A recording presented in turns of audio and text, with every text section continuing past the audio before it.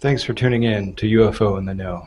I want to talk to you today about an issue that's important to me, UAP Disclosure Act. So what is the UAP Disclosure Act? In 2023, Senators Chuck Schumer and Senators Mike Rounds proposed an amendment to the National Defense Authorization Act, which would essentially achieve what we call disclosure. What it was supposed to do was form an 8-person review board who would have authority to subpoena private people to take legal action against federal agencies that are not complying. They would have their own budget and essentially operate as their own agency with this sort of executive power. What also would have happened was through an eminent domain clause, all private entities, contractors, defense contractors would have to hand over all UAP related technology, biologics, what have you, to the federal government.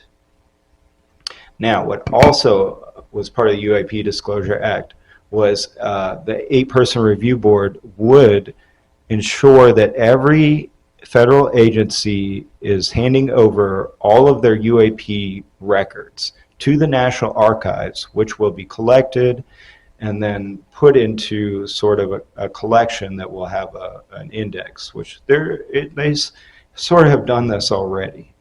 They have done that part of it, at least. Now, I want to explain what happened with the UAP Disclosure Act. So in 2023, the UAP Disclosure Act was being proposed as an amendment to the National Defense Budget. Now, 2 congressmen, Mike Turner and Mike Rogers, opposed 2 clauses in the UAP Disclosure Act, the eminent domain clause and the 8-person review board with this executive sort of authority. Now, what happened was a civil rights attorney and leader of the New Paradigm Institute, a nonprofit that is working towards disclosure, responded to these congressmen and said, well, what's the issue with the eminent domain clause if there is no UFOs or alien bodies or what have you? Now, they responded back and said, well, in general, it's an overreach of an authority on some sort of libertarian values, generalized argument against it, saying this is an overreach of authority of the federal government. And so Danny Sheehan responded back and said, have you ever brought this issue up in any other case ever? And they said no. And so they said, we withdraw our support for the UAP Disclosure Act. Congressmen Mike Turner and Mike Rogers. Now, what happened was a stripped down version of the UAP Disclosure Act was passed. 2 major sort of parts of this were not passed, and that was the 8-person review board and the eminent domain clause. So what happened was all federal agencies were mandated to hand over all of their UAP-related records to the National Archives, and who would oversee this and ensure they are complying? Themselves.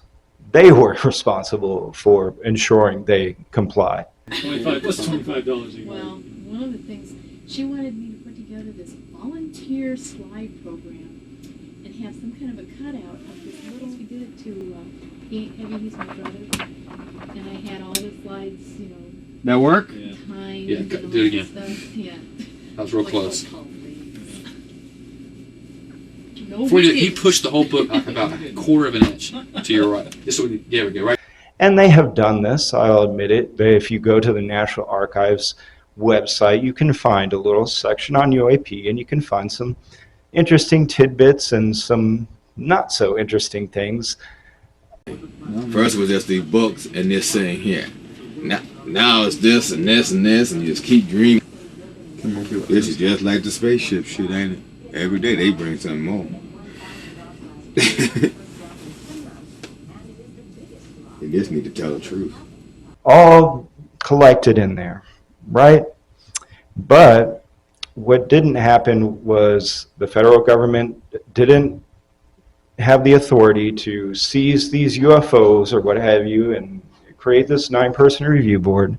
But for the next year's National Defense Authorization Act, a fully formed UAP Disclosure Act is being proposed again. As far as I know, Congressman Mike Turners and Mike Rogers are not in their positions anymore. So it has a chance of getting passed. If you would like to support this effort, what you can do is on the New Paradigm Institute's website, this nonprofit that works toward disclosure has some instructions on what you can do to contact these congressmen and urge them to pass the UAP Disclosure Act. Now, I'll post a link on that website and their instructions on how to do that. If you're interested, I'll be staying along in the news as we see if it's passed or not passed. Thanks for watching. I'm Luke Dercher. This is UFO in the Know, and have a good night.